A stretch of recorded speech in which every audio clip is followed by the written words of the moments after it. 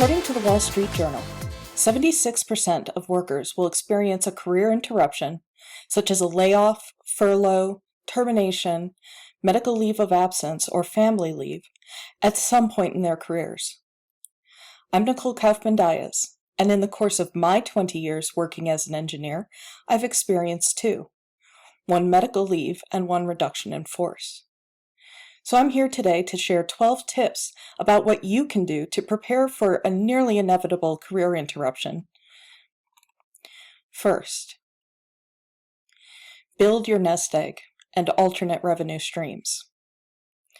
As many financial planners advise, work towards having 6 months' worth of expenses readily available in your savings accounts. Now, this may be a money market or CD, not necessarily liquid, but easily accessible to you should you need it for expenses. Additionally, work on developing alternate revenue streams. Whether it's a hobby you enjoy, such as crafting and selling your work on a platform like Etsy, or consulting on the side. Even better, work on developing passive income streams today, such as by investing in dividend-paying funds or building a real estate rental portfolio. Or perhaps develop some online content that you can sell again and again and again. Either way, the point is to start developing a revenue stream that you can rely on should your full-time job no longer be available to you. Number 2, recognize your unique value add. What are the things that you have an exceptional talent at doing? What are the things that you really enjoy doing? What's the number one reason why your former coworkers want to work with you again? The answers to these questions may not be obvious at first, but knowing your unique value add can help you to find a position where you're contributing at your highest level, and thus may be able to protect you from a future reduction in force. It will also help you to identify the best way to build your alternate revenue stream. For example, I'm a great project manager. I consistently deliver high-quality work on time and under budget. But I'm particularly interested in the big picture, and so I do better at executive leadership, where I'm looking on the horizon for new opportunities and threats, and positioning the organization to capitalize on the opportunities. And beyond that, I excel at communicating ideas and developing strategies that align stakeholders. That means as an engineer, I'm particularly well positioned to work with subject matter experts to develop technically accurate yet engaging content and strategies. After running that as a side hustle for years, it's now my full-time job. In addition to financial security, it's given me the time I always wanted, both to volunteer with ASME and to support my family. Number 3, identify the have-to-haves and the want-to-haves in your budget. Develop your plan for how you're going to scale down your lifestyle to extend your savings well before you need it. Planning ahead for scaling back means that when you're in that panic mode right after leaving your job, you know exactly what to do, such as which subscription services to cancel. And you and your family have already agreed on how you're going to scale back, so there won't be any arguments when it comes time to do so. Since both my husband and I work, we actually have 3 sets of plans. One for what happens when I'm out of work, one for what happens when he's out of work, and one that happens when we're both out of work. Another advantage we've found in assessing what we need versus want, particularly on an annual basis, is that we've found far less expensive ways to obtain those luxuries that we want to have, and therefore have been able to put more of our hard-earned dollars into savings and building our nest egg. Number 4, cultivate your network. Developing a network takes so much more than just clicking connect on LinkedIn. Think about it this way. How many of your LinkedIn contacts will pick up the phone when you call? or reply to an email within 24 hours. Developing those kinds of relationships takes time, and your contacts will quickly realize if you're the sort of person who only comes knocking when you need something. So today, focus on broadening and deepening your connections, particularly within your industry. Be generous with your network. Help connect others to the resources they need. Remember people's birthdays, anniversaries, and other important dates. For example, I often reach out to Indian colleagues around Holi and Diwali, Muslim contacts around Eid, and Canadian peers on Canada Day. Even if it's LinkedIn or Facebook that reminds you of the occasion, use it as an opportunity to reconnect. Reach out one-to-one by phone, text, or email. If local and you're not in the middle of a pandemic, go grab coffee or lunch. Or if you're not able to meet up in person, schedule a 20-minute Zoom coffee break. Building your network is about building personal interactions and not just transactions. So now what happens during? First, you need to accept your new reality and acknowledge that it's only temporary. As engineers, we often consider our careers a vital part of our identity. In fact, even though I predominantly work in sales and marketing these days, I still call myself an engineer when somebody asks for my profession. So when your current job disappears, or you need to take a break to focus on your health or your family, it can trigger a crisis of identity. This identity crisis can be the biggest psychological hurdle of a career interruption. If you're not careful, your mental health can spiral towards depression. It's totally appropriate to take a day or two to mourn the loss, and it truly is a loss, of your most recent job.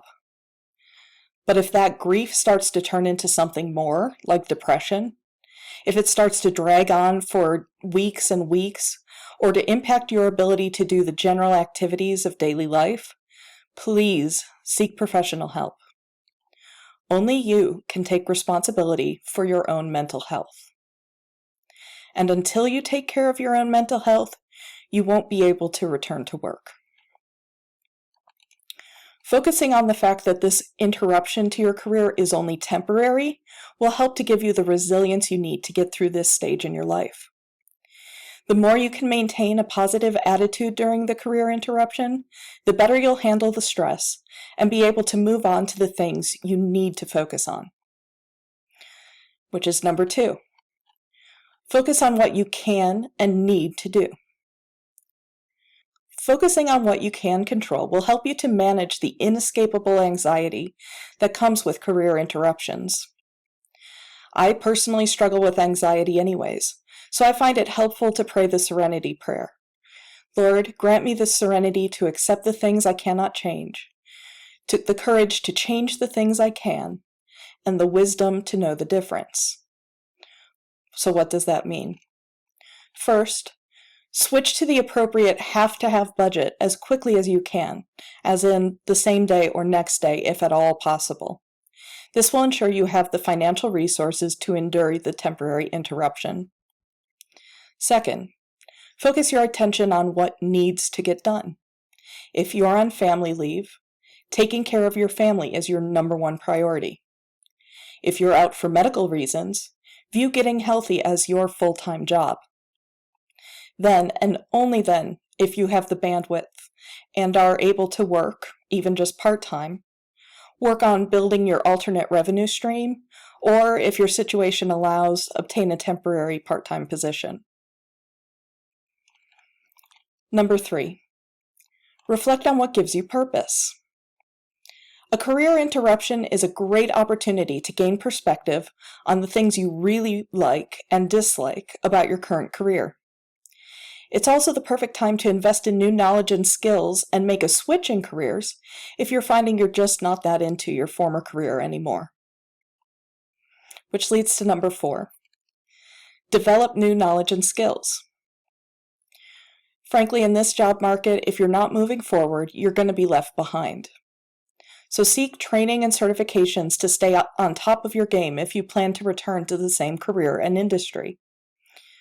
Otherwise, use this interruption as an opportunity to gain the knowledge and skills needed to make a career switch into an area that better matches your talents and interests. Lastly, we can't ignore your network. Number 5, maintain and grow. Don't let your network grow stale during your career interruption. Continue to reconnect and to generously help your peers connect with the resources they need. If you're not able to meet in person, use social media to keep your network updated on your status. If you've cultivated those strong personal relationships throughout your network, you'll count many peers as your friends, and they'll genuinely be interested in how you're doing, particularly if you're out on medical or family leave. And they'll feel all the more special if you take the time to reach out to them while you're facing this hardship, to wish them happy birthday, or happy anniversary, or happy holiday. And that also means that they'll be all that more willing to help you when you're ready to re-enter the workforce. So now you're ready to re-enter the workforce. What do you do? First, control the narrative about your absence. One common mistake I've seen as a hiring manager are people who are embarrassed to talk about the fact that they were out of work for a period. They try to mask their absence or even lie about it. But there's a better approach. Be honest. Using simple language, spin the narrative towards what you learned during your career interruption and how that makes you a better hire. Don't worry about giving all the details of your story. You just want to give enough that somebody understands the challenges that you were facing. For example, here's how I talk about my medical leave. In my mid-20s, I had a spinal issue that required an extensive fusion surgery. Unfortunately, there were complications during my surgery, and I woke up unable to walk or to control my bladder and bowels. It took me 14 months to relearn how to walk and to become continent. And to this day, I still experience chronic nerve pain. During that period, I saw my full-time job as being a professional patient, with my single core objective being to get better. I did physical therapy and whatever treatments and rehabilitations my doctors recommended. When my doctor said I'd have to live with chronic pain the rest of my life, that I may even need to stay on disability, I utterly refused. I got my own subscriptions to the New England Journal of Medicine, the Lancet, and the Journal of the American Medical Association. And I started researching like a fiend. Every appointment, I brought in a stack of research articles, until one day my doctor looked at an article and said, "Yeah, this might work for you," and it did. I've now fully recovered all the capabilities I've lost, my chronic pain is under control, and I'm running at 100% again. And here's the 3 lessons that I learned during that period. First, I'm very persistent. When I have a clear goal in front of me, I will do whatever I need to do to obtain it, even when I hit a challenging obstacle. Second, I'm no superwoman. I have limitations. I know there are times where I just have to put myself first. But because I've been so tested, I know where those limits are, and thus I know how to play to my strengths and when to seek help. And third, I learned that everybody is dealing with something at all times. And so, as a leader, if I want my team to give their best work, I need to take care of my team, every person, the whole person, and support them as much as I reasonably can in both their personal endeavors as well as in their professional lives. Number 2, seek a new position. Seek your network's input on the types of positions you should try for, particularly if you've skilled up or are changing careers. It's also helpful to ask your colleagues to review your resume, and it might just happen to create a dialogue that leads you to your next opportunity. ASME peers are great for that, by the way. And if you're striking out on formal applications, work with a career coach for placement assistance and to help you optimize your application packages. And lastly, when you get that new job, start back at the beginning and repeat the list. Chances are pretty high that you'll experience more than one interruption in your career. So when you find yourself back working, start back at number 1 and rebuild your nest egg, and start preparing for the next time you find your career interrupted. I hope these tips help you to face and embrace your career interruptions with your head held high. With more than 3/4 of workers facing an interruption at some point in their careers, being out of work is the rule, not the exception. So do what you can to prepare today. Stay positive when you're facing your career interruption, and use the lessons that you learned during that interruption to enhance your future career. That's all for now, but if you're looking to expand your network, here's where you can find me on LinkedIn, Twitter, and Instagram.